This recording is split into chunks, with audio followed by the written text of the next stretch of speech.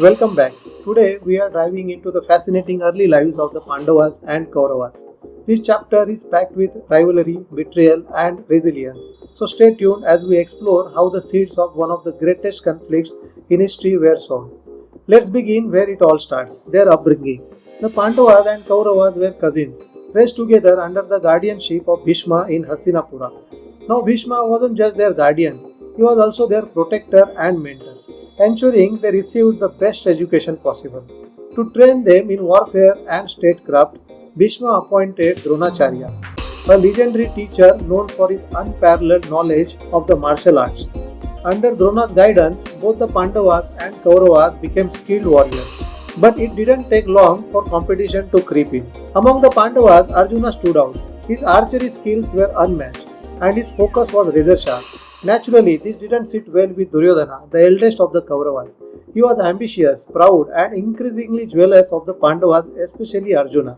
Now enter Karna, a wild card in this story. Karna, though born into a humble family, had immense talent. He challenged Arjuna during a tournament, sparking a rivalry that would last a lifetime.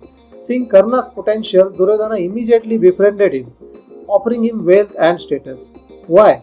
Because Karna could rival Arjuna and Duryodhana saw him as a valuable ally. But the rivalry didn't stop at competitions. Duryodhana's jealousy turned into hatred, especially toward Bhima, the strongest of the Pandavas. Bhima was known for his immense strength and appetite, both literal and metaphorical. Duryodhana saw him as a threat, so he hatched a sinister plan. One day, Duryodhana invited Bhima to a feast and poisoned his food. After Bhima passed out, Duryodhana and his brothers tied him up and threw him into the river. But here's the twist.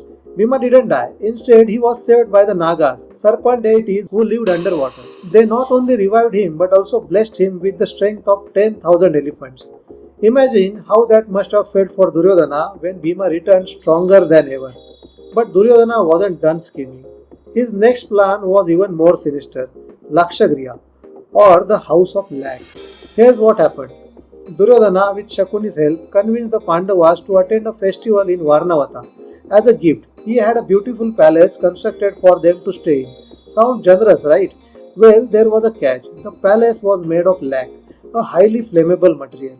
The plan was simple. Once the Pandavas were asleep, the palace would be set on fire, killing them all. But Vidura, the wise advisor of the Kuru family, suspected foul play. He discreetly warned Yudhishthira, the eldest Pandava, and provided him with a plan to escape. The Pandavas secretly dug a tunnel beneath the palace. On the night of the fire, they escaped through the tunnel, leaving behind charred remains to make it look like they perished in the blaze. This was a turning point. The world believed the Pandavas were dead, but they were alive, hiding in the wilderness. During their exile, the Pandavas wandered through forests, living in disguise and seeking shelter wherever they could. This period was both a challenge and a time for growth. They learned to rely on each other, and their bond as brothers grew stronger. One notable event during this time was Bhima's encounter with Hidimba, a Rakshasa or demon. Hidimba's brother attacked the Pandavas, but Bhima defeated him in a fierce battle. Impressed by Bhima's strength, Hidimba fell in love with him. They married, and their son Ghatotkacha was born. Ghatotkacha would later play a significant role in the Kurukshetra war. Despite their hardships, the Pandavas were not broken.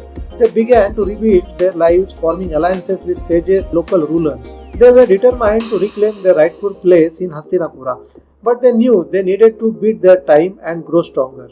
Meanwhile, back in Hastinapura, Duryodhana was convinced that the Pandavas were dead, but this didn't bring him peace. His jealousy and paranoia only grew. The thought of the Pandavas returning haunted him, driving him to prepare for further conflicts. Let's pause and reflect on the key themes here. This chapter of the Mahabharata isn't just about rivalry and betrayal. It's about resilience. The Pandavas faced multiple attempts on their lives, but they didn't just survive, they grew stronger. Their unity as brothers became their greatest strength, and their patience laid the groundwork for their eventual return. So what happens next? How do the Pandavas reclaim their place in Hastinapura? And how does Duryodhana's hatred lead to one of the greatest wars in history? We will explore that in the next chapter. For now, remember this.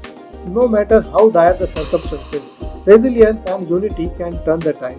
That's the lesson the Pandavas teach us in their early years. Stay tuned as we unravel more of this epic tale.